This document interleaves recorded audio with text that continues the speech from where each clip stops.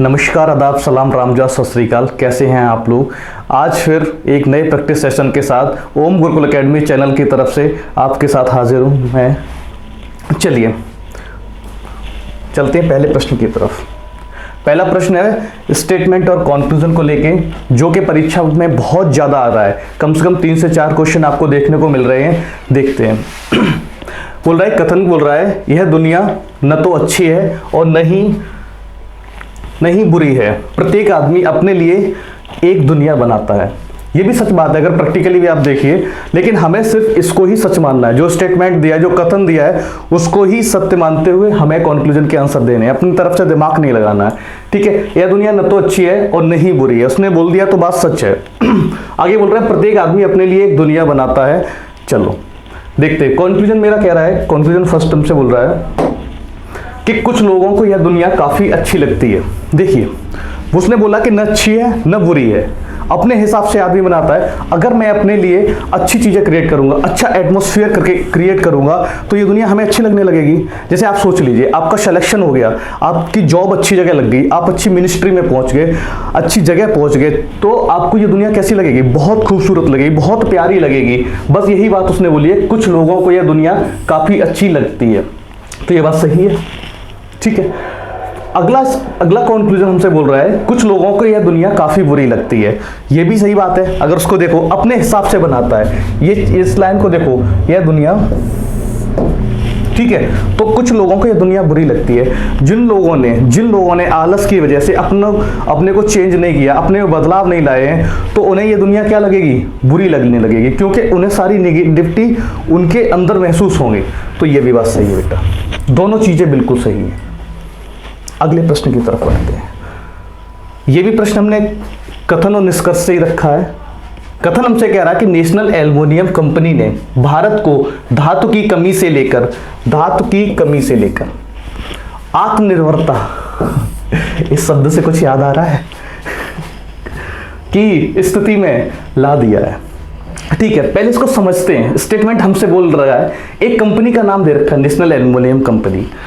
भारत को धातु की कमी से, मेटल की कमी होती थी इंडिया में, कमी है, कमी से लेके आत्मनिर्भरता अब मतलब जितनी जरूरत है, मुझे जितनी जरूरत है उतना हम खुद प्रोड्यूस कर सकते हैं, उसका उतना मैन्युफैक्चर कर सकते हैं की स्थिति में ला दिया है। ठीक है, अब उसके हिसाब से हमें आंसर देने हैं। पहला निष्कर्ष बच्चा हमसे बोल रहा है, पहले भारत को एल्युमिनियम का आयात करना पड़ता था। सीधी बात है, जब मेरे पास किसी चीज की कमी है तो मुझे बाहर से वो चीज़ आयात करनी पड़ेगी, इंपोर्ट करनी पड़ेगी कि नहीं पड़ेगी? हाँ या ना? ये सही है। अब सीधी सीधी बात समझ लीजिए, अब आपके पास फ़ोन नहीं है तो आपको फ़ोन लेना पड़ेगा किसी न किसी से बात करने के लिए। बस वही थी, भारत में पहले कमी थी तो हमें पहले, इस शब्द को देखिए, पहले भारत को एल्युमिनियम का आयात करना पड़ता था। बिल्कुल सही बात है। चलिए नेक्स्ट की तरफ चलते। बच्चा हमसे बोल रहा है, इस गति के साथ, एक एक चीज को अंडरलाइन करेंगे, एक एक चीज को अच्छे से समझेंगे। बोल रहा है इस गति के साथ, ठीक है, यह जल्द ही एक विदेशी मुद्रा अर्जक बन जाएगा। आप बोलोगे सर सही है, क्योंकि हम काम कर रहे हैं तो हम एक बाहर एक्सपोर्ट भी करने लगेंगे, चीज़ों को बाहर भेजने भी लगेंगे, तो हम विदेशी मुद्रा जो बाहर की करेंसी है, फॉरेन करेंसी, उसको अपन लेने लगेंगे और क्या बन जाएगा? अर्जक बन जाएगा। लेकिन ये गलत है। क्यों? देखो, एक बार इस गति के साथ यहां तक तो ठीक था, जैसे ही हम यहां पे पहुंचे, जल्द ही ये शब्द हमसे कह रहा है, टाइम को रिप्रेजेंट कर रहा है। और टाइम की बात कहीं नहीं बोली है कि कहीं बोला है धातु की कमी बोली है। ऐसा तो नहीं बोला कि 10 दिन में उसने कंप्लीट कर ली, कि 2 महीने में कंप्लीट कर ली, कि 10 साल में कंप्लीट कर ली। तो सिर्फ ये इस वजह से गलत हुआ है कि जल्द ही। अगर ये वर्ड नहीं पढ़ा होता तो ये भी मेरा कंक्लूजन सही हो जाता। इस गति के साथ, अगर इसको हटा दो बेटा, तो ये होता है इस गति के साथ यह एक विदेशी मुद्रा का अर्जक बन सकता है। तो ये मेरा बिल्कुल सही हो जाता है। जैसे जल्द ही वर्ड डाल दिया, उसकी वजह से बच्चे ये मेरा गलत हो गया। तो हम आंसर क्या दे सकते हैं? Only first. ठीक है, चलिए अगले प्रश्न की तरफ। अगला प्रश्न बोल रहा है, तस्वीर को देखकर एक औरत कहती है, ठीक है, इस आदमी के बेटे की बहन मेरी सास है। औरत के पति आदमी से किस प्रकार संबंधित है। चलो बनाते हैं, तब उसके बाद डायरेक्ट भी समझते हैं। सबसे पहले अपन बनाते हैं आदमी, ये आदमी बना दो, मैन, मैन बना दिया, मैन है तो पॉजिटिव कर दो। आगे बोल रहा है कि बेटे, इसका बेटा बना दो, इसका बेटा बन गया। बहन, इसकी बहन बनाओ,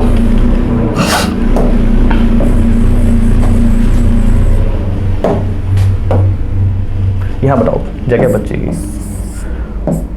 ये आदमी बन गया, इसका बेटा बना दो, सन, ठीक है। इसकी बहन बना दो, पुत्र, ठीक है। क्या है, मेरी सास है। सास का मतलब इसका कोई बेटा होगा, इसका, और इसका विवाह हुआ होगा उस महिला से, ये बात है। देख लीजिए, एक एक लाइन समझ लिए। इस आदमी के बेटे, ये आदमी है, इसका बेटा, इसकी बहन नेगेटिव होगी, मेरी सास है, ठीक है। मतलब सास होने का मतलब है महिला है तो उसके लड़के के साथ शादी हुई होगी, उसके लड़के के साथ शादी हुई होगी।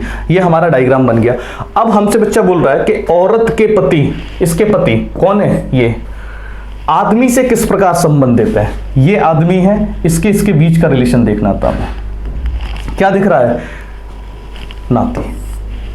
और वैसे भी आप प्रैक्टिकली भी समझ सकते हो। देखिए, मैं आपसे बोल रहा हूं कि वो औरत कह रही है एक आदमी के बेटे, खुद को मान लो, खुद का बेटा, ठीक है, खुद का बेटा, उसकी बहन मतलब तुम्हारी बेटी, ठीक है, तुम्हारी बेटी क्या है, उस औरत की सास है, मतलब तुम्हारी बेटी का बेटा, उसकी शादी किससे हुई होगी, उस महिला से। तो उस महिला का पति क्या हो गया, तुम्हारा नाती बन गया, मतलब तुम्हारी बेटी का बेटा। क्लियर है। चलिए अगले प्रश्न की तरफ चलते हैं। अगला प्रश्न है बेटा हमारा नंबर सीरीज से, और नंबर सीरीज से काफ़ी खूबसूरत सा प्रश्न है।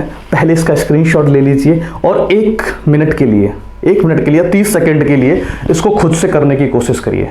देखिए क्या लॉजिक लग रहा है और वो लॉजिक आप सोच पा रहे हैं कि नहीं सोच पा रहे हैं, ठीक है। चलिए सबसे पहले हमने देखा, यहां दिख रहा है हमें क्या, 0, 2, 8, 14 क्वेश्चन मार्क और 34, ठीक है। हमने लिख लिया बेटा 0, 2, 8, 14 क्वेश्चन मार्क और 34। चलो दिमाग लगाना शुरू करते। सबसे पहले हमारे दिमाग में बच्चा आएगा, इसमें प्लस माइनस सर चल रहा है, ज़्यादा बड़े इंक्रीमेंट नहीं देखने को मिल रहे। उस दिन भी प्रैक्टिस सेशन में हमने आपको बताया था, नंबर सीरीज करते वक्त आपके दिमाग में एक चीज़ चलनी चाहिए, अगर चेंजमेंट स्लो चल रहे हैं तो हमें क्या करना चाहिए, डिफरेंस के साथ जाना चाहिए। अगर बड़े बड़े चल रहे हैं तो मल्टीपल के साथ और डिवाइड के साथ जाना चाहिए, और स्क्वायर और क्यूब को हमेशा माइंड में घुमाते रहना चाहिए। क्या पता कहाँ स्क्वायर लग जाए, कहाँ क्यूब लग जाए, ठीक है। चलो देखते, 0 से कुछ नहीं सोच सकते हैं, डिफरेंस का दिमाग लगाओ बच्चा। डिफरेंस लगाया सर, यहाँ पे डिफरेंस आ रहा है 2, यहाँ पे सर आ रहा है 6, यहाँ पे सर आ रहा है हमारा कितना आ रहा है 6 आ रहा है। नहीं, कॉन्सेप्ट यहाँ पे बेटा हमारा लूज हो गया। फिर हम अपन क्या करेंगे, एक चीज हमारे दिमाग से निकल गई, दूसरी चीज मल्टीपल चल नहीं रहा, क्योंकि मल्टीपल चल रहा हो तो 0, चलो यहाँ से नहीं सोच सकते, लेकिन यहाँ से सोच सकते हैं। यहाँ से क्या चल रहा है, 2 का मल्टीपल, अगर 2 का मल्टीपल करोगे तो 16 होता है। 16 नहीं दिया, 6 बोलोगे सर 16 - 2 कर लो तो, लेकिन यहाँ भी तो करना पड़ता कि नहीं करना पड़ता। ये भी कॉन्सेप्ट हमारे दिमाग से निकल गया। अब क्यों ना हम स्क्वायर और क्यूब की तरफ सोचें, ठीक है। चलो दिमाग लगाओ बच्चा। हमें नहीं पता 0 क्या है, हमें नहीं पता 2 क्या है, लेकिन हमें इतना पता है ये या तो बच्चा 2 के क्यूब है, ठीक है, या तो बच्चा हमारा क्या है 3 के स्क्वायर के करीब है। सुनना बहुत ध्यान से, इसको देखो, ये सर हमें लग रहा है 4 के स्क्वायर के करीब है, सर ये हमें दिख रहा है 6 के स्क्वायर के करीब है। बस जैसे ये नजर पड़ी, मेरी दिमाग की बत्ती जली। जैसी आपकी दिमाग की बत्ती जली तो आपने कहा सर अब हम ना इस क्वेश्चन को कर सकते हैं। यहां चल रहा है स्क्वायर में से कुछ सब्ट्रैक्ट हो रहा है, तो स्क्वायर में से सब्ट्रैक्ट कर दीजिए मेरे लाडलो। देखो अगर हम यहां से सोचें, ये सर चल रहा है 6 का स्क्वायर -2, मैं बोलूंगा ठीक है आपने सही पकड़ा है। सर ये 4 का स्क्वायर -2, मैंने बोला ठीक है सही चल रहे हैं आप। सर ये मुझे लग रहा है 3 का स्क्वायर -1, मैं बोलूंगा कुछ ऑड नहीं लग रहा है, चलो आगे चेक करते हैं। ये सर लग रहा है 2 का स्क्वायर -2। अब तुम्हारा दिमाग बिल्कुल खुल चुका है सर, अब तो हमें लग रहा है ये, और आप चेक कर लो कहीं ये 1 का स्क्वायर -1 तो नहीं है। देखो 1 का स्क्वायर -1। अब बिल्कुल दिमाग सेट है कि सर ऑड में से ऑड का स्क्वायर करके -1 कर रहे हैं, इवन का स्क्वायर करके -2 कर रहे हैं बच्चा। देखो ऑड का स्क्वायर 1 का स्क्वायर किया -1 0, इवन आ गया 2 का स्क्वायर किया 4, 4 - 2 2, 3 का स्क्वायर 9, 9 - 1 8, और ये हो गया 16, 16 - 2 14। सर यहाँ 5 आना चाहिए, आना चाहिए। चलो देखते हैं 5 का स्क्वायर, सर ऑड है कि इवन है? ऑड है तो -1 25 - 1 बराबर 24। ये मेरा आंसर आ जाएगा। ठीक है, 25 - 1 बराबर 24, ये मेरा आंसर आ गया। चलिए अगले प्रश्न की तरफ। अच्छा प्रश्न था ये, अभी हाल ही में हुए एग्जाम में आया हुआ क्वेश्चन है, देखते हैं इसको। वो बोल रहा है 11 8 5 9 = 43, बोल रहा है 12 9 7 6 66। करो, लगाओ दिमाग, स्क्रीनशॉट लेके करिए पहले क्वेश्चन को। चलो ले लिया होगा आपने स्क्रीनशॉट, चलते हैं प्रश्न की तरफ। देखो दिमाग लगाओ, सबसे पहले आपका दिमाग लगेगा, बोलोगे सर 11 8 सबको जोड़ लो, ठीक है, 11 और 8 19, 19 और 5 24, 24 और 9 33। बोलोगे सर सबको जोड़ के +10 कर रहा है। मैं बोल दूंगा ठीक है सर, 33 + 10 बराबर कितना हो गया? 43। क्या ये आगे भी लग रहा है? 12 और 9 कितना होता है? 21, 21 और 7 कितना होता है? 28, 28 और 6 कितना होता है? 34, 34, 34 में 10 ऐड करोगे तो कितना हो जाएगा? 44। खत्म, नहीं हुआ ना? चलो ये कॉन्सेप्ट हमारे दिमाग से निकल गया। आगे क्या सोचते हैं फिर सोचो इसके बारे में। आगे सर ऐसा करिए, आप इनके स्क्वायर करके देख लें। सर 11 का स्क्वायर करोगे तो कितना हो जाएगा? 121 हो जाएगा। 8 का स्क्वायर 64 हो जाएगा। इनको भी जोड़ोगे तो बहुत बड़ी वैल्यू हो रही है। नहीं दिमाग लगा। फिर आप क्या सोचोगे इसके बारे में? आप सोचोगे सर ऐसा करिए, मल्टीपल खेल के देखें। मैं बोलूँगा ठीक है, चलो इसका मल्टीपल करो बेटा। 11 × 8 कितना हो गया? 88। 88 से क्या देखते हैं? 9 × 5 = 45। 5 × 9 करके देखो। 88 - 45 बराबर कितना बचा हमारा? 43। लग गया ये यहाँ पे। अब देखते कि सेकंड लाइन में भी लग रहा है कि नहीं लग रहा है मेरे भाई। आ जाओ देखते हैं। 12 × 9 -7 × 6 108 42। 8 में से 2 गया 6, ये 6। बिल्कुल ये कॉन्सेप्ट मेरा लग गया भैया। पहले के दो डिजिट का मल्टीपल होके लास्ट के 2 डिजिट का मल्टीपल सब्ट्रैक्ट हो रहा है। मतलब मैं बोल सकता हूं कि 11 × 8 -5 × 9। देख लीजिए, और ये हमारा आंसर बन गया। अभी लेटेस्ट ये क्वेश्चन आया हुआ है। चलिए आंसर पे चलते हैं, आंसर पे मूव करते हैं। तो आंसर हमारा क्या निकलेगा इसका? देखिए 14 × 13 -9 × 10। चलो मल्टीपल कर लीजिए।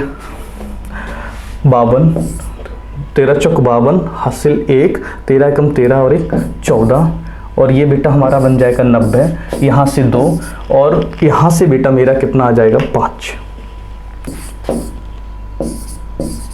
92।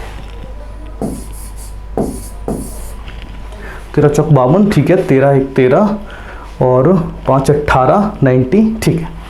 चलिए अगले प्रश्न की तरफ चलते हैं बेटा। डाइस से रिलेटेड है। अधिकतर बच्चों को डबल क्वेश्चन मार्क वालों में प्रॉब्लम आई थी और उन्होंने कमेंट बॉक्स में भी लिखा था कि सर डबल क्वेश्चन मार्क वाले क्वेश्चन को आप लेके आइए और उनके सॉल्यूशन कराइए। चलिए देखते हैं बेटा, मैंने इसमें भी डाला है और आगे आने वाले प्रैक्टिस सेशनों में मैं भी डबल क्वेश्चन मार्क का क्वेश्चन डालूंगा आपको, और एक क्वेश्चन मैं आपको अभी दूंगा भी जो आता है कोई भी सतह समान न हो उससे रिलेटेड।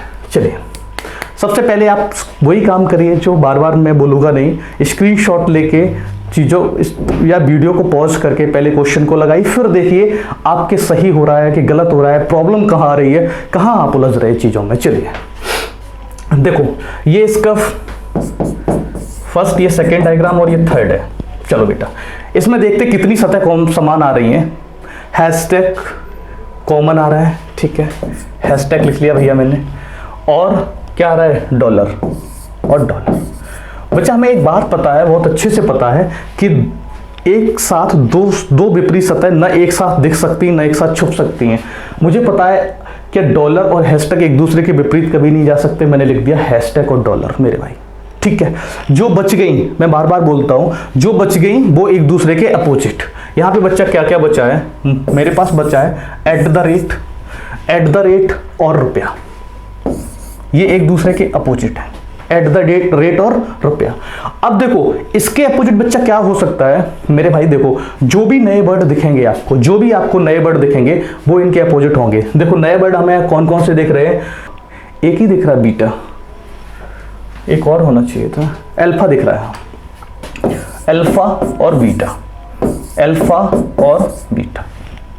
चलिए करते हैं। सबसे पहले आप रख के देखिए, सबसे पहले क्या रख के देखेंगे आप यहाँ पे, सबसे पहले देखेंगे आप एट द रेट और रुपया को पुट करके देखिए।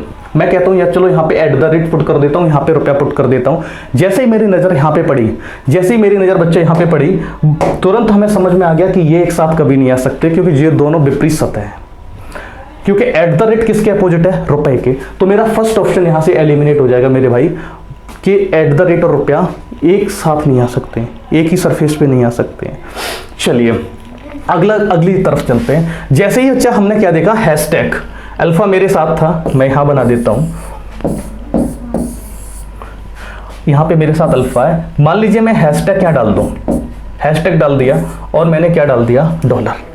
देखो अगर मेरे भाई इस चीज को बार बार समझना, यही बच्चे उलझ जाते हैं। हैशटैग और डॉलर, हैशटैग और डॉलर ये दोनों अगर एक साथ आ गए तो इनमें से कोई भी नहीं आ सकता, न अल्फा आ सकता न बीटा आ सकता है।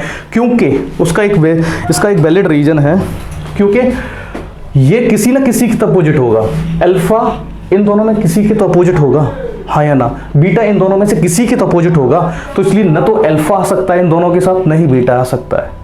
तो ये वाली कंडीशन हमारी यहाँ से कैंसिल हो जाती है, ठीक है। चलिए अब आप बोलोगे सर इसको पुट करके देखें, तो चलो मैं पुट करके देखता हूँ।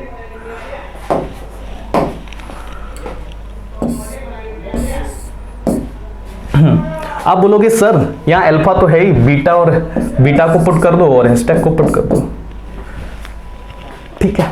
देखो अगर मैं यहाँ पे अल्फा और बीटा दोनों आ गए, अल्फा और बीटा दोनों आ गए, तो इन दोनों में से कोई चीज नहीं आ सकती है, क्योंकि अल्फा और बीटा या तो हैशटैग के या तो डॉलर के अपोजिट होंगे। इज दैट क्लियर, ठीक है। तो ये भी हमारी कंडीशन हो गई खत्म। अब इसको देखते हैं, अब इसको देखो, अल्फा पड़ा हुआ है, एट द रेट को ले लो, एट द रेट मैंने यहां से ले लिया, ठीक, एट द रेट आ गया, और बीटा यहां से कहीं से आ जाएगा, ठीक। तो ये हमारा ऑप्शन सही हो जाएगा। बड़ा प्यारा और खूबसूरत सा क्वेश्चन था, एक बार ना समझ में आए तो वीडियो को रिवाइज करके देख लेना। चलते हैं नेक्स्ट प्रश्न की तरफ। अगला प्रश्न है हमारा डायरेक्शन से, बोल रहा है पूजा और प्रीति एक सुबह आपस में बातें कर रही थी, ठीक है, नाम से खो मत जाना कहीं। पूजा और प्रीति एक सुबह आपस में बातें कर रही थी, यदि पूजा की परछाई प्रीति के दाईं ओर बने तो पूजा का मुख किस दिशा में होगा। चलो इस क्वेश्चन को करने के लिए, जब मैंने पिछली बार भी अगर रखा था तब भी मैंने बताया था, सबसे पहले आप एक फॉर्मूला टाइप है उसको दिमाग में रख लीजिए, फिर आपसे गलती नहीं होगी। चलो लिखता हूं, व्यक्ति, सूर्य और हाथ। व्यक्ति वो रखना है जिसके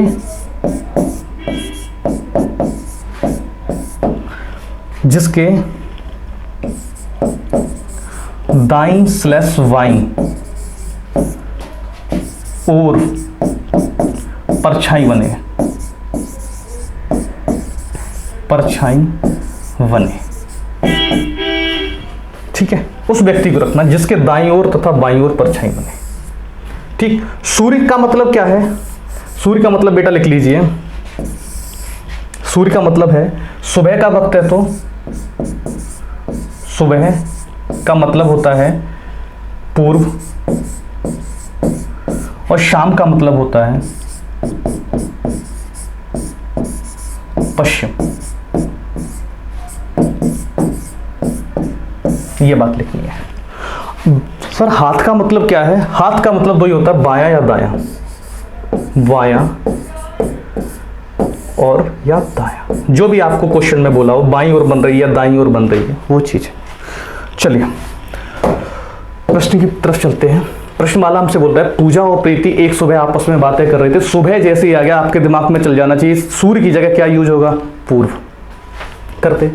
यदि पूजा की परछाई, तो पूजा को तो नहीं लेना है, पूजा की बनी है, प्रीति के दाईं ओर बने। किसको लेना है? प्रीति को। यहां ले लो,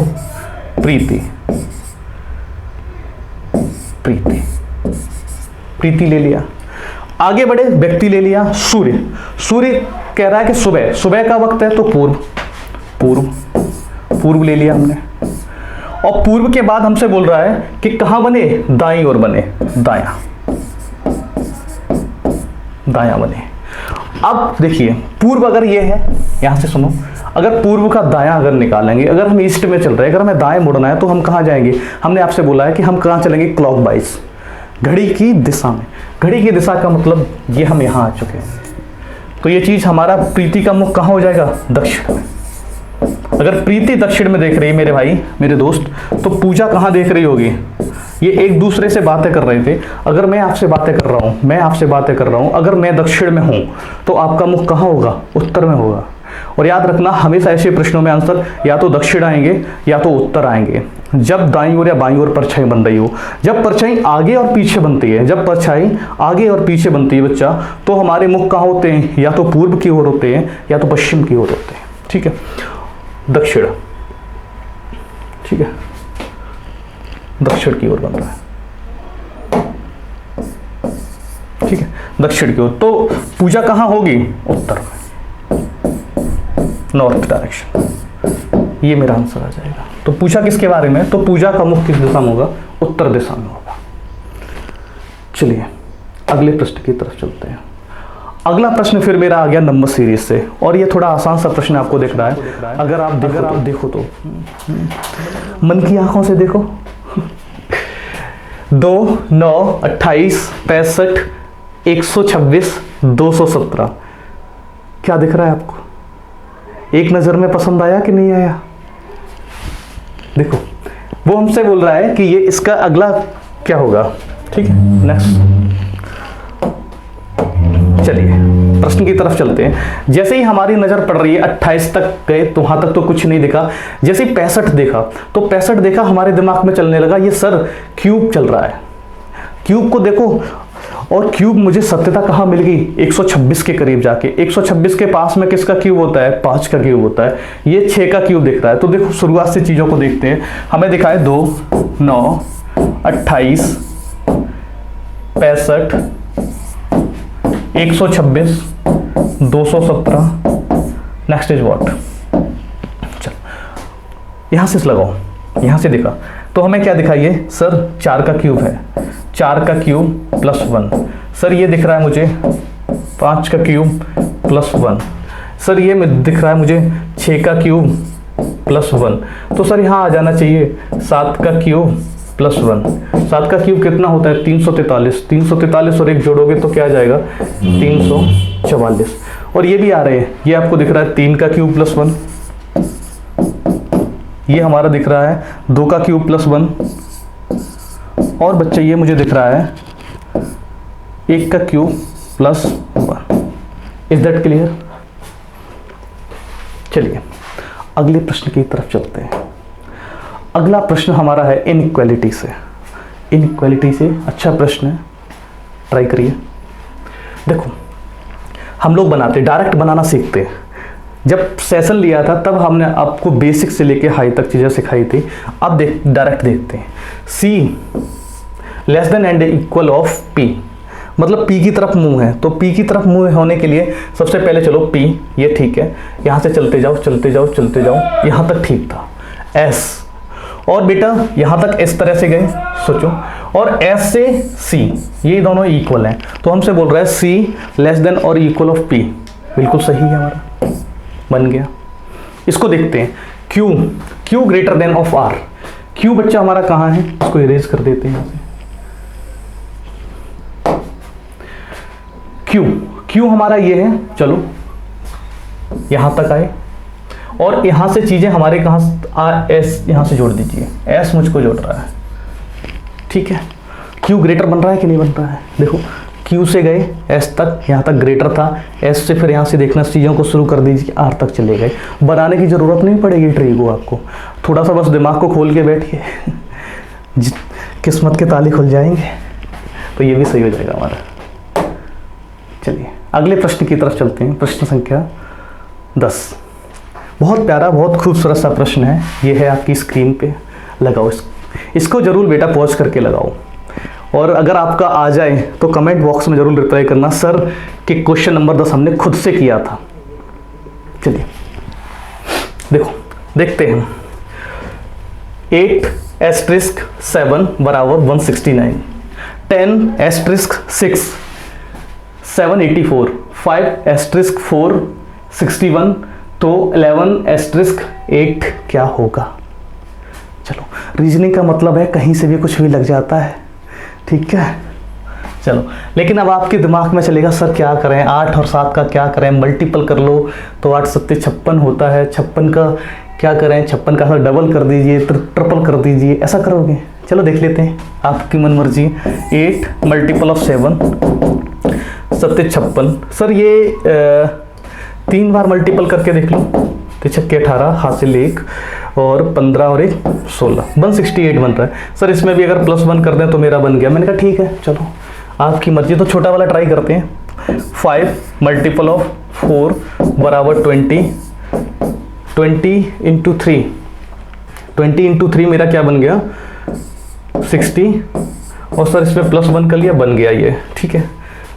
10 के साथ मल्टीपल करो, 10 इंटू 6 बराबर कितना बन गया 60, 60 मल्टीपल ऑफ 3, 60 मल्टीपल ऑफ 3 हमारा बन गया 6 18 180, 180 + 1 बराबर, तो ये बनना था 169, ये हमारा बना था 61, और ये बनना 181। देखो आपके कॉन्सेप्ट से जो आपने सोचा उसके अकॉर्डिंग दो चीज़ें तो बिल्कुल फिट होती दिखी मुझे, 4 पंजे 20 दिया 60 और 1 61, ये वाला बन गया, और 8 7 56 और 3 से किया तो ये मेरा बन गया था 169, ये भी बन गया था, दोनों चीज़ें बन गई। लेकिन इसमें अप्लाई नहीं हुआ 10*6 में, 10*6 में नहीं हुआ, क्योंकि हमने किया 10 गुणा 6 बराबर 60, 60 दिया 180, 180 में किया तो 181 बेटा, यहाँ पे मेरा गलत हो गया, कॉन्सेप्ट हो गया कि नहीं। और आप क्या करते, आप यहाँ सीधा सीधा इम्प्लीमेंट कर देते इसमें जाके, और आपका क्वेश्चन गलत हो जाता, ठीक है। तो आपको लगता कि ये मेरा नंबर बढ़ता, लेकिन वो लेके और डूबता आपको। जब ये कॉन्सेप्ट नहीं मिला तो इसको हटाओ, ठीक है, इसको हटाते हैं, फिर और सोचते हैं नया तूफानी, आज कुछ तूफानी करते हैं इसका धुआं करते हैं। चलो अब देखो, आप चीज़ों को यहाँ पे फेल हो रहे हैं, यहाँ पे फेल हो रहे हैं आप, तो यहाँ से ही ना सोचें हम चीज़ों को, जो इसमें लग जाएगा वो यहाँ लगा के देखेंगे, बोलो हाँ या ना, ठीक है। सर ये थोड़ा सा दिमाग लगाओ, 700 के करीब बन रहा है। क्यूब देखो, क्यूब पे नज़र डालो मेरे भाई, क्यूब पे नज़र डालते हैं। 10 का क्यूब देखो, 10 का क्यूब होता है 1000, ठीक है। अगर जोड़ेंगे तो ज़्यादा हो जाएगा, माइनस कर दो 6 का क्यूब 216, 216 को जब बच्चा सब्ट्रैक्ट करोगे तो 10 में से 6 गया 4, और 9 में से 1 गया 8, 9 7, 784, ये तो फिट हो गया। लेकिन 1 से काम थोड़ी चलता है चल जाता तुम्हारा। आगे देखते हैं, 8 का क्यूब करो, 8 का क्यूब कितना होता है 512, 512। 7 का क्यूब करो 343, 343, 12 में से 3 गया 9, और बेटा यहाँ कितना बचा 0 6 और 1, ठीक है, ये फिट हो गया। आगे देखते हैं 5 का क्यूब करो बच्चा। 5 का क्यूब मेरा होता है 125, 125 माइनस 64 कर दीजिए, और 61 बच गया। हाँ, ये तीनों जगह बिल्कुल एकदम सेट हुआ है। अब हम करते हैं इसको अप्लाई करके आंसर की अप्रोच करते हैं। 11 का क्यूब होता है 1331, 8 का क्यूब होता है बेटा 512, तो 1 9 बेटा, यहाँ बच्चा होगा 1 और 13 में से 5 जाएंगे तो 8 बचेगा, 819। Option B. बड़ा प्यारा प्रश्न था, स्क्रीनशॉट इसका ले लीजिए, आंसर का भी स्क्रीनशॉट ले लेना। ठीक है, चलिए अगले प्रश्न की तरफ चलते हैं। अगला प्रश्न है हमारा, प्रेरणा से क्या बनती है कविता, तो कीटाणु से क्या बनेगा। बहुत आसान प्रश्न है, आप खुद इसका आंसर दे सकते हो, कोई ऐसा टफ नहीं था। मैंने बस प्रीवियस ईयर को उठाया था क्वेश्चन को, प्रीवियस ईयर का क्वेश्चन है, और उसमें आंसर भी ऐसे दिए, मिठाई, दवाई, आज़ादी। चलो देखते हैं, समझाते हैं चीज़ों को। जब मेरे अंदर आई प्रेरणा, नाम पे मत जाना, भावनाओं पे जाना। प्रेरणा आई, वहाँ से क्या निकली मेरे अंदर की कविता। कभी किसी चीज़ को देख के आपके मन में शायरी आ जाती है कि नहीं आ जाती है? हाँ, वही चीज़ थी। जैसे प्रेरणा मिली तो हमने क्या लिखी, कविता। जब कीटाणु आएंगे तो क्या लेके आते हैं, वो क्या मिठाई लेके आएंगे, वो क्या आपके रिश्तेदार हैं जो आपको कहेंगे लो भाई खाओ मिठाई, ऐसा नहीं, गलत। आज़ादी, कीटाणु तुम्हें क्या आज़ादी देते हैं ये भी गलत है। दवाई, अच्छा कीटाणु आए और लेके आए आपको वैक्सीन, लगा लीजिए अब वैक्सीन, हम कीटाणु हैं, हम मर जाएंगे। हटो, क्या आंसर आ जाएगा मेरा, रोग। चलिए अगले प्रश्न की तरफ चलते हैं, आसान सा था। एक समूह में 5 लड़कियां हैं, प्रत्येक की लंबाई अलग अलग है। ठीक है, बोल रहा है H केवल E से, जो H है H केवल E से छोटी है। एक एक लाइन को बनाओ, यहां बना दे रहा हूं। H जो है केवल और केवल किससे छोटी है, E से। बस आगे हमसे बोल रहा है F P के जितनी लंबी नहीं है, F है P जितनी लंबी नहीं है, F को यहां बनाओ। तो F किससे बड़ी होगी, F P जितनी लंबी नहीं, तो F छोटी होगी बच्चा।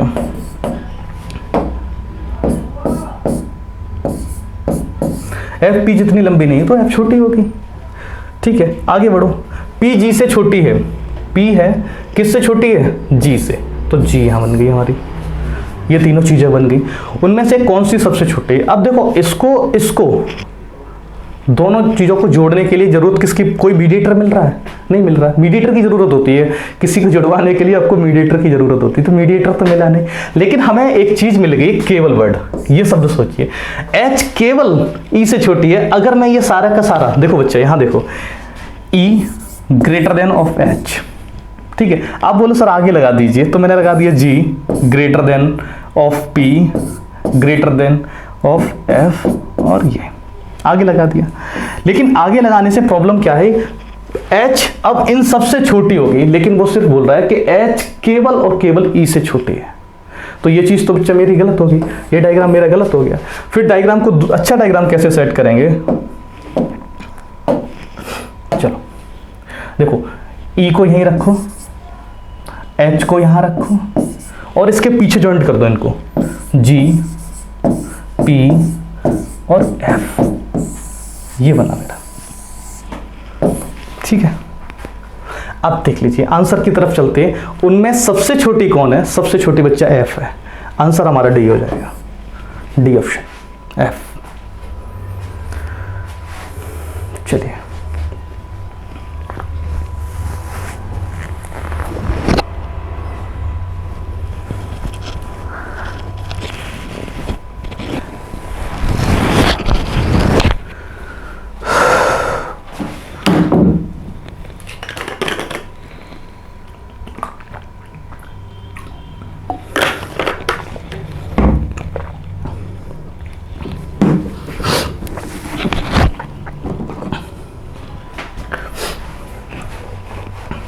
चलिए अगले प्रश्न की तरफ चलते हैं।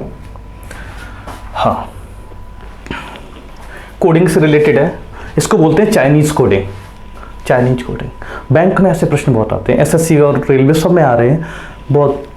एक निश्चित कूट भाषा में गुड डीड्स पे को AGVITR लिखा जाता है, पे ऑल बिल्स को ODEZAG लिखा जाता है, ऑल योर डीड्स काउंट्स को SNTROD लिखा जाता है।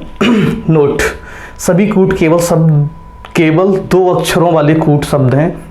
उसी कूट भाषा में काउंट को किस प्रकार लिखा जाता है? चलिए काउंट को, तो सबसे पहले देखो बेटा, सबसे पहले ये और ये जो भी दिए गए हैं आपको, उनके साथ जो कॉमन आ रहा है उसकी कोडिंग करते हैं। ठीक है, सबसे पहले देखो बेटा,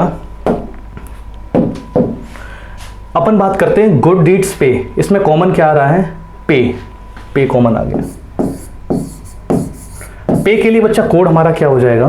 पे के लिए हमारा कोड हो जाएगा, क्या कॉमन आ रहा है? AG। हाँ, AG, A आ गया और G आ गया। अब आगे बढ़ते हैं। अब फर्स्ट इसके साथ और इसके साथ चीज़ों को चेक करते हैं। क्या आ रहा है? गुड डीड्स पे, और यहाँ क्या आ रहा है? डीड्स। डीड्स निकाल दो, डीड्स। डीड्स में कॉमन क्या आ रहा है बेटा आपको? TRAGODVI, तो TR निकल गया। अब हम क्या करेंगे? अब हम सेकंड को और थर्ड के साथ, सेकंड और थर्ड के साथ चीज़ों को निकालेंगे। यहाँ से क्या क्या निकल सकता है? यहाँ से देखिए ऑल वर्ड निकल सकता है। ऑल के लिए कौन सा वर्ड निकल रहा है? ओडी निकल गया। देखो ओडी यहाँ भी है और ओडी यहाँ भी है, निकल गया यहाँ से। अब बच्चे देखो, अब मेरे पास यहाँ क्या क्या बचा? 2 चीज़ें बची हैं। थोड़ा सा इरेज करके तक समझाते हैं आपको चीज़ों को। एक तो मेरे पास योर बचा और एक मेरे पास काउंट बचा, और वही 2 चीज़ें बच्चा यहाँ पे बची मेरे साथ। क्या क्या बचा है? SN बचा है, देखो SN बचा है, और क्या बचा है मेरे पास?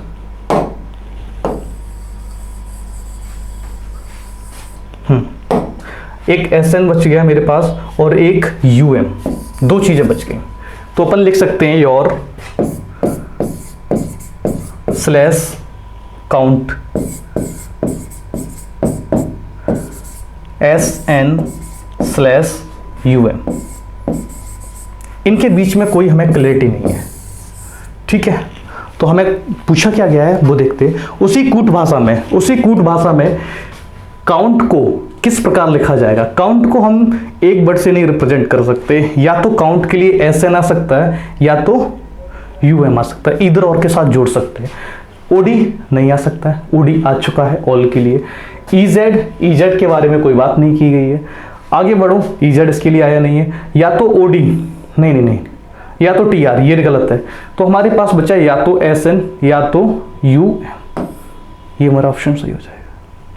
चलिए अगले प्रश्न की तरफ चलते हैं। अगला प्रश्न बच्चा हमसे कह रहा है, घंटे की सुई द्वारा 36 सेकंड में बनाया गया कोण क्या होगा?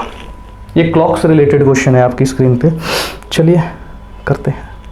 एक बात बताओ, घंटे वाली सुई 1 घंटे में 1 आवर्स में कितने डिग्री का कोण बनाती है? आप बोलोगे सर 30 डिग्री का। मिनट वाली कितने का बनाती है? 6 डिग्री का। मैं आपसे घंटे वाली सुई की पूछूंगा। घंटे वाली सुई, ठीक है, 1 मिनट में, यहाँ पे लिख देना मिनट एंड, घंटे वाली सुई, घंटे वाली सुई,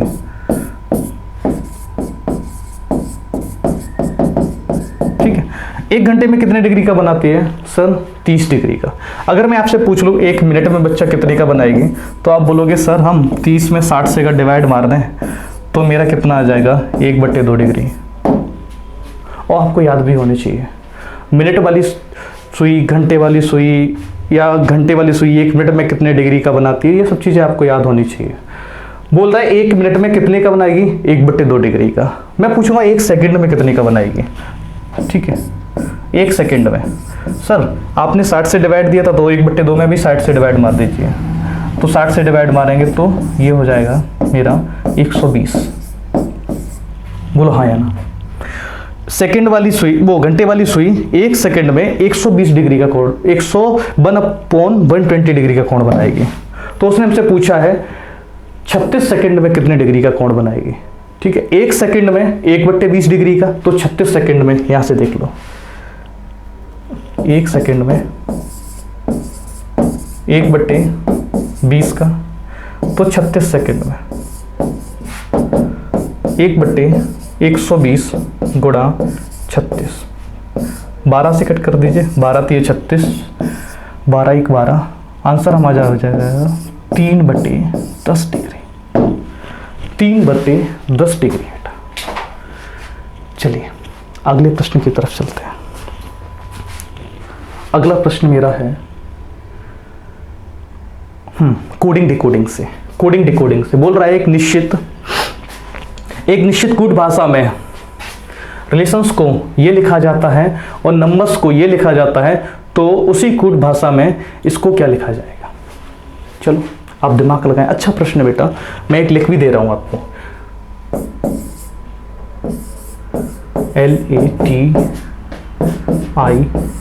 LATIONS, इसको लिखा जा रहा है TSRONLIEA।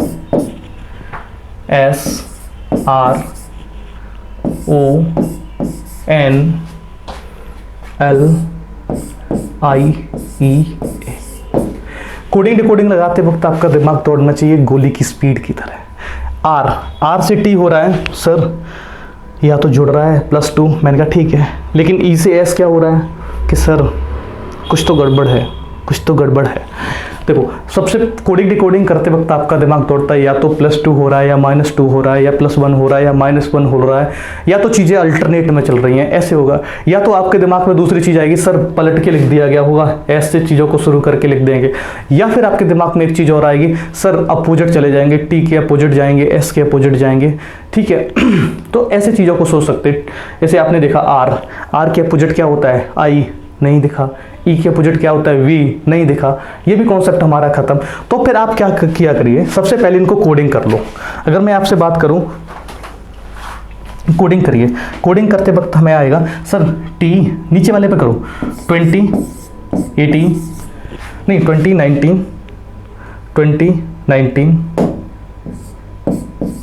18 15 14 12 9 5 1। अगर ऊपर कोड करेंगे तो ये हो जाएगा मेरा 18 5 12 1 20 9 15 14 और 90, ये चीज़ है। अब देखो 18 से 20 तो आपके दिमाग में समझ में आ गया। जैसे 5 से 19 19 हो रहा है, 12 से 18 हो रहा है, 1 से 15 हो रहा है, 20 से 14 हो रहा है, यहाँ पे थोड़े से उलझ गए, ठीक है। लेकिन अब आप क्या खोले, अपने मन की आंखें खोलो, देखो 20 19 18 15 14 12 9 5 1, क्या दिख रहा है आपको? घटता हुआ क्रम दिख रहा है, चीज़ों का नहीं दिख रहा है। ये पेपर में आया हुआ प्रश्न है, अभी रिसेंट में ही आया बच्चों। देखो 19 18 15, मतलब चीज़ें क्या चल रही हैं, डिक्रीज ऑर्डर में चल रही हैं, घटते हुए क्रम में चल रही हैं, ठीक है, अवरोही क्रम में चल रही हैं। अब देखते हैं, जैसे हमने देखा ये, वैसे अगले पे चेक कर लेते हैं, सीधा चेक करते हैं, NUMBER, ठीक है। आगे देखो URNMEV, आपके दिमाग में सर बिल्कुल सेट हो गया कि सर ये ही आएगा। अब देखते सीधा उसका आंसर बनाते, इसको हटा देते, रीज कर देते हैं, ठीक है।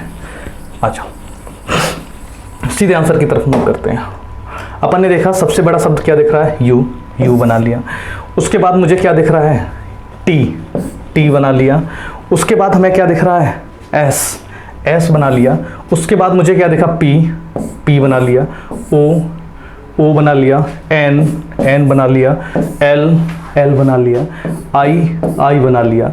ई बना लिया। और ई के बाद सी और ए, ये चीज़ें बनाते हैं। ऑप्शन में चेक करते हैं, ठीक है। ऑप्शन में चेक करो कौन सा ऑप्शन दिख रहा है आपको, UTS, ये सेकंड ऑप्शन। अच्छा प्रश्न था। चलते हैं अगले प्रश्न की तरफ, और ये प्रश्न भी हमारा है कोडिंग डिकोडिंग से ही है। चलो देखो, कंज्यूम को हम लोग क्या लिख रहे हैं, कुछ इस तरह से लिख रहे हैं, और दूसरी चीज़ क्या है, कंपाइल को भी क्या लिख रहे हैं, इस तरह से लिख रहे हैं। तो इंग्लिश को बच्चा क्या लिखेंगे, ठीक है, अभी जिस तरह से चीज़ें सीखी उसी तरह से इंप्लीमेंट करके देखते हैं। देखो कंज्यूम को क्या लिख रहे हैं, लिखता हूं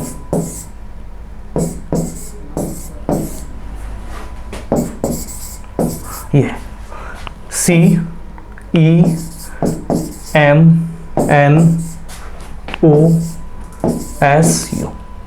ठीक है। सबसे पहले आप खुद से ट्राई करिए, चीज़ों को खुद से ट्राई करो बच्चे। चलो देखते हैं, 3, 5, 13, 14, 15, 19 और बच्चा हमारा आ जाएगा 21। ये चीज़ें हैं।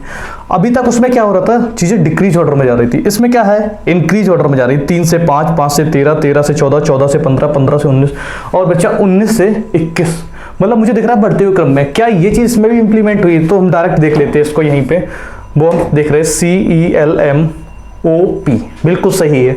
तो इंग्लिश का भी हम उसी तरह से कोड कर देंगे। सबसे बड़ा छोटा वर्ड इसमें क्या दिख रहा है आपको, ई दिख रहा है, ई कोड किया। ई के बाद हमें दिख रहा है इसमें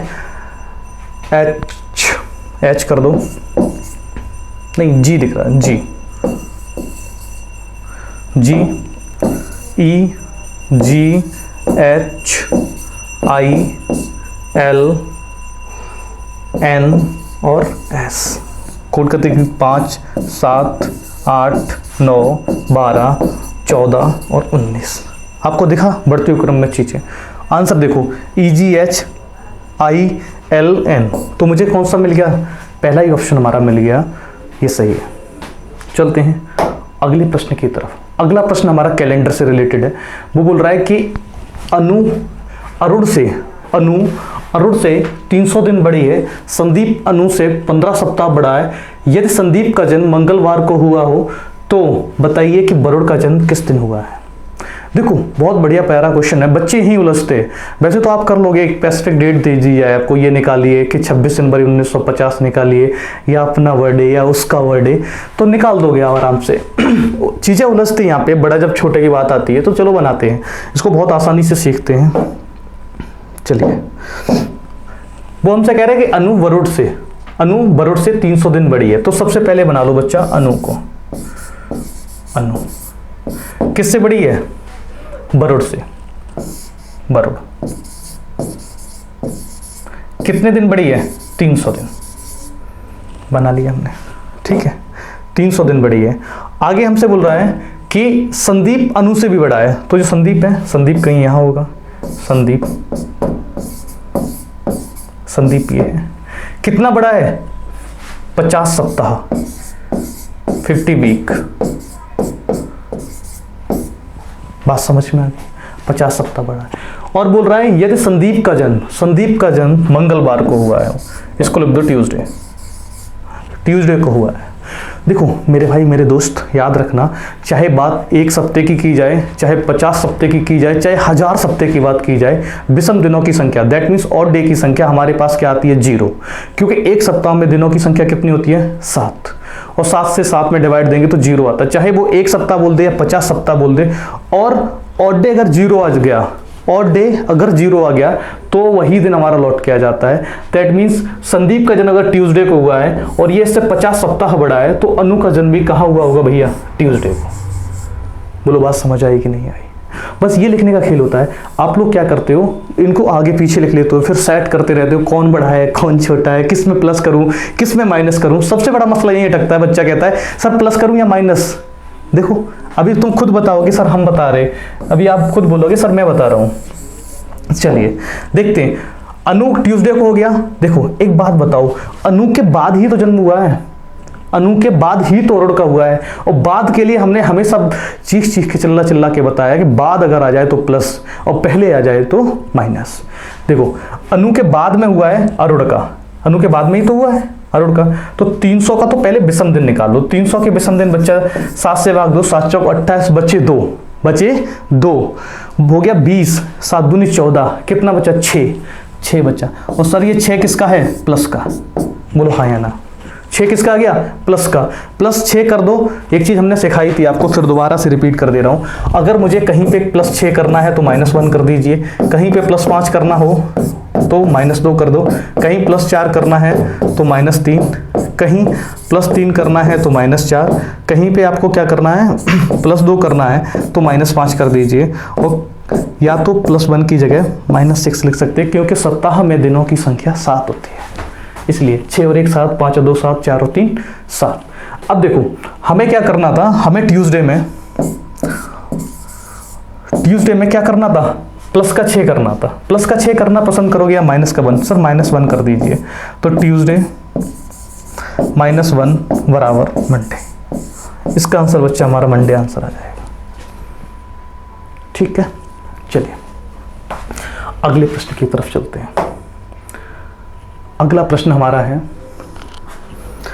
कि निम्नलिखित अक्षर, संख्या, प्रतीक, श्रृंखला का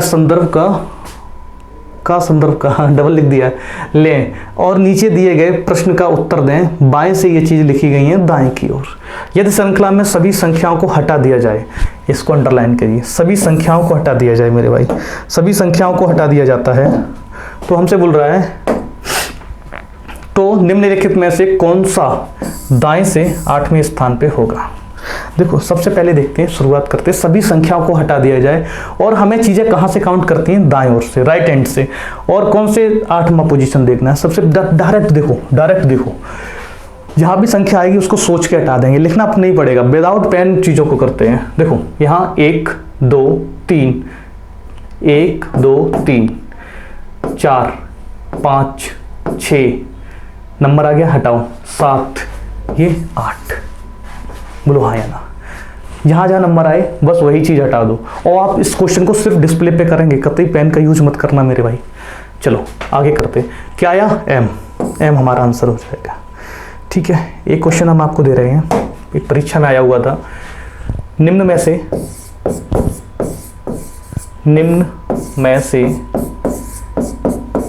अलग कौन सा है या भिन्न कौन सा है, अलग कौन सा है।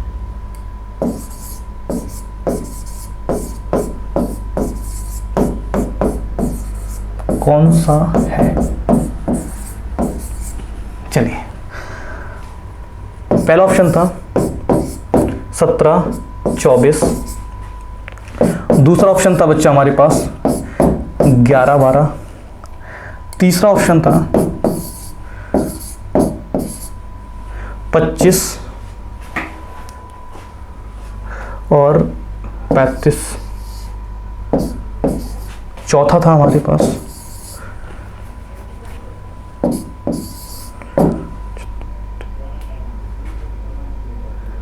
26। ये था। निम्न में से अलग कौन सा है, इसको ट्राई करिए, तब तक हम क्वेश्चन कर रहे हैं। 17 24 11 12 25 35 18 26। चलो दिमाग लगाओ, सर यहाँ से यहाँ इसको जोड़ा गया होगा, मैं कहूँगा चलो ठीक है जोड़ लेते हैं। 17 में कितना जोड़ा गया वो 3 और 1 7, सर +7 करके देख लीजिए, क्या इसमें हो रहा है, नहीं, यहाँ तो +1 हो रहा है आपको, दूसरे में +1 देखा, इसमें देखोगे तो +10 दिख रहा है आपको, +10 देखा। ठीक है, अगर यहाँ पे आप देखोगे तो 2 6 8 दिख रहा है, हर चीज़ आपको अलग दिख रही है। यहाँ से आपका कॉन्सेप्ट खत्म हो गया, ये कोई कॉन्सेप्ट नहीं लगा आपका। फिर आपके दिमाग की बत्ती जली, आप बोलोगे सर एक काम करें, मैंने बोलूँगा हाँ क्या करना है बताओ, वही कर दूंगा। सर आप इनका मल्टीपल कर लीजिए, मैं बोलूँगा ठीक है, आपस में मल्टीपल करोगे तो क्या होगा, चलो देखते हैं। सर 17 गुणा 2, 17 दूनी 34, सर 34 हो गया, 34 से 24 पे जाने के लिए -10 कर लें, मैं बोलूँगा ठीक है कर लेते हैं, गुड। देखो 11 मल्टीपल ऑफ 2, ये हो गया मेरा 11 दूनी 22, 22 माइनस 10, तो ये हमारा कितना हो गया 12। ठीक है, यहाँ 24 लिखना था थोड़ा, 24, इसको 24 और यहाँ मेरा आ जाएगा 12। ठीक है, इसको देखो 25 से 35, 25 दूनी 50,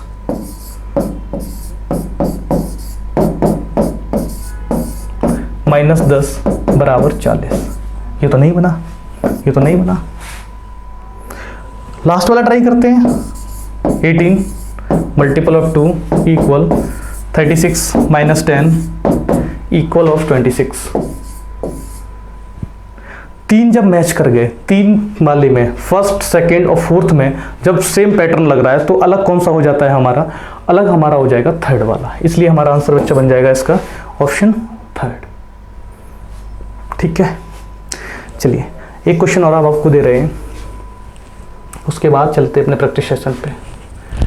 एक क्वेश्चन है आपके लिए, एक तरह से इसको होमवर्क डाल दीजिए और आपका काम पता क्या है? कमेंट बॉक्स में इसका आंसर देना, बोलना सर होमवर्क का आंसर ये है। देखो 17, 88, 25 ऑफ क्वेश्चन मार्क। देखो पहला ऑप्शन है हमारा, पहला ऑप्शन है बच्चा हमारा 99, दूसरा है 87, थर्ड है मेरा 43 और फोर्थ है हमारा 12। और इसका आंसर भी आपको टेलीग्राम पे ही मिलेगा। टेलीग्राम चैनल है गुरुकुल एकेडमी का, उसको ज्वाइन कर लीजिए। उसमें अपने डाउट, अपने सवाल जवाब, शिकायत शिकवा गिला जो भी हो उसमें शेयर किया करिए। सारे टीचर वहाँ जुड़े हुए हैं आपके। तो इसका आंसर आपको कमेंट बॉक्स में देना है और ये जो भी आपको इसका सॉल्यूशन है वो मैं आपको प्रोवाइड करा दूंगा उसमें, ठीक है, टेलीग्राम चैनल पे। चलिए चलते हैं प्रैक्टिस सेशन के अगले क्वेश्चन की तरफ। अगला क्वेश्चन हमसे कह रहा है, बड़ा प्यारा क्वेश्चन है। 8 सहकर्मी KLMNOPQR एक वृत्ताकार व्यवस्था में केंद्र की ओर मुख करके बैठे। ठीक है भैया, N है, L और Q दोनों के ठीक बगल में बैठा है। चलो एक एक लाइन को लिखते हुए हैं।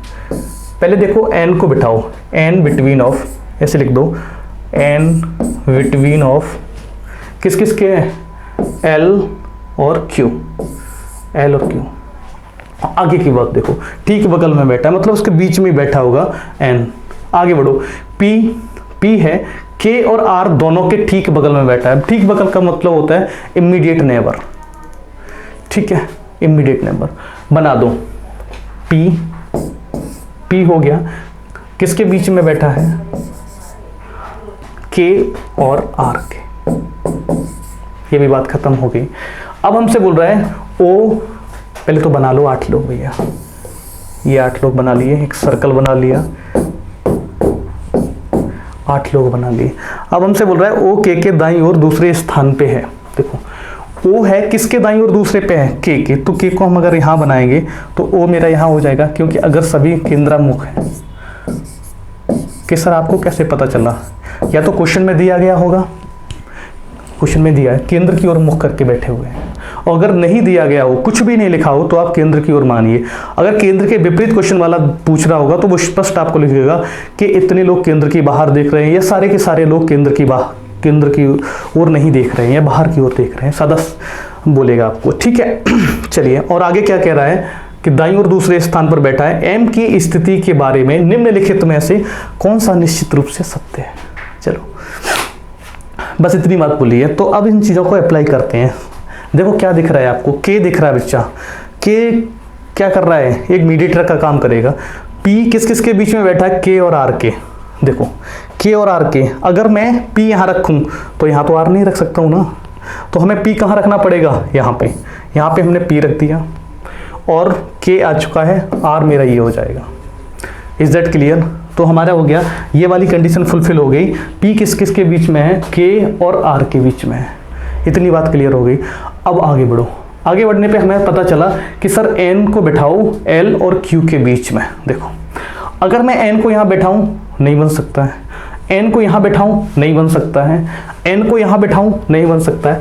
N के लिए सिर्फ एक ही पोजीशन है मेरी, ये। सर L और Q कहाँ बैठेंगे आपको पता है? नहीं, मुझे पता नहीं है। तो हम क्या लेके चलेंगे पॉसिबिलिटी में? L Q, ठीक है। अब बच गया वो यहाँ बैठा दो। कौन बच गया है? K बैठ चुका, L बैठ चुका, M नहीं बैठा है, M नहीं बैठा है। तो अपन यहाँ को किसको बैठा देंगे? एम को बैठा देंगे और ये मेरा क्या बन गया, पजल सेट हो गई मेरी। अब वो पूछ रहा है एम की स्थिति के बारे में निम्नलिखित में से सही है। देखो एम ये है, इसके बारे में बात करनी है, एल के बाईं ओर दूसरे स्थान पे है। देखो भैया हमें तो एल पता नहीं है ना, यहाँ फिक्स है, यहाँ क्यू भी तो हो सकता है, तो एक रिजिड आंसर थोड़ी दे सकते हैं हम। निश्चित रूप से उसने वर्ड भी बोल रखा है आपको, निश्चित रूप से डेफिनेट पोजीशन थोड़ी है, नहीं दिख रही ना अपन लोगों को जो दिख रहा है उसके बारे में बात करेंगे, ये नहीं दिख रहा है तो ये गलत हो जाएगा। दूसरी बात बोल रहा है ओ और के ठीक मध्य में, देखो एम की पोजीशन ओ ये है, के ये है, इसके ठीक मध्य में एम है, हाँ सर ये मेरा आंसर हो जाएगा। इस पजल को आप दोबारा से जरूर लगाना बच्चा, पहले तो आप देख लीजिए, ठीक है, फिर क्या करें आप दोबारा से इसको बैक करके फिर पॉज करके फिर लगाएं, फिर देखें कि आप सेट कर पा रहे हैं कि चीज़ों को नहीं कर पा रहे। बच्चे यहाँ उलझते हैं एल और क्यू को लेके। चलिए अगले प्रश्न की तरफ चलते हैं। अगला प्रश्न बोल रहा है लड़कों की एक पंक्ति में ए बाईं ओर से, लड़कों की एक पंक्ति में ए बाईं ओर से 10वें स्थान पे है, बी दाईं ओर से 9वें स्थान पे खड़ा है तथा आपस में अपना स्थान बदलने पर ए बाईं ओर से 15वें पर आ जाता है, तो पंक्ति में लड़कों की संख्या बताइए। बड़ा प्यारा सा क्वेश्चन है, बच्चे यही ज़्यादा उलझते हैं कि सर जब वो इंटरचेंज करते हैं अपनी पोजीशन को बदल लेते तब सर हमें प्रॉब्लम आ जाती है थोड़ी सी। कोई प्रॉब्लम नहीं आनी चाहिए बच्चा, देखो नहीं आएगी, आज के बाद नहीं आनी चाहिए। लड़कों की एक पंक्ति में ए, देखो याद रखना मेरा बायां इसका बायां, मेरा दायां इसका दायां, ठीक है। ए बाईं ओर से 10वें स्थान पे है, यहाँ पे बच्चा ए था और ये पोजीशन है 10th, मैं लिख भी दे रहा हूँ 10th फ्रॉम लेफ्ट। आगे बोल रहा है बी, ये बी है मेरा, ये बी कहाँ से, दाईं ओर से, दाईं दाल खाने वाला हाथ, दाईं ओर से 90 लिख दे रहा हूँ राइट हैंड से, ठीक है, खड़े हैं तथा आपस में अपना स्थान बदल लेते हैं। ए यहाँ पहुंच जाता है, बी यहाँ पहुंच जाता है, तो हम बोल सकते हैं अब बच्चा ए कहाँ आ चुका है, यहाँ पे लिख दो, ए यहाँ आ चुका है और ए यहाँ आया, उसके बाद उसका स्थान क्या हो गया, यहाँ से हो गया 15वां। कौन सा हो गया, 15वां, 15th फ्रॉम लेफ्ट हैंड, किसका, ए का। तो पंक्ति में अब कुल कितने लोग हैं, देखो पोजीशन थोड़ी बदली है, पोजीशन तो वही है। अगर मैं इसको देखूं, अब ये पोजीशन राइट से 9वीं है और लेफ्ट से 15वीं है, राइट से 9वीं है, लेफ्ट से 15वीं है, तो अपन क्या करेंगे, इन दोनों को जोड़ देंगे, इन दोनों को जोड़ के हो जाएगा 9 + 15 कितना हो गया 24, और 24 - 1 कितना होता है बेटा 23। तो टोटल लोगों की संख्या बच्चा हमारी कितनी आ जाएगी, 23 लोग पंक्ति में खड़े होंगे। चलिए अगले पर, ठीक है, यहीं तक था। 20 क्वेश्चन आपके लिए लाए थे और ये बहुत अच्छे क्वेश्चन है। होमवर्क में जो क्वेश्चन दिया आप उसको लगाइए, और किसी भी शिकायत सुझाव जानकारी के लिए हमारे टेलीग्राम चैनल को ज्वाइन करिए। वहाँ पे आपको सारी PDF, सारे डाउट्स, सारे टीचर्स वहाँ अवेलेबल हैं आपके लिए। चलिए जय हिंद।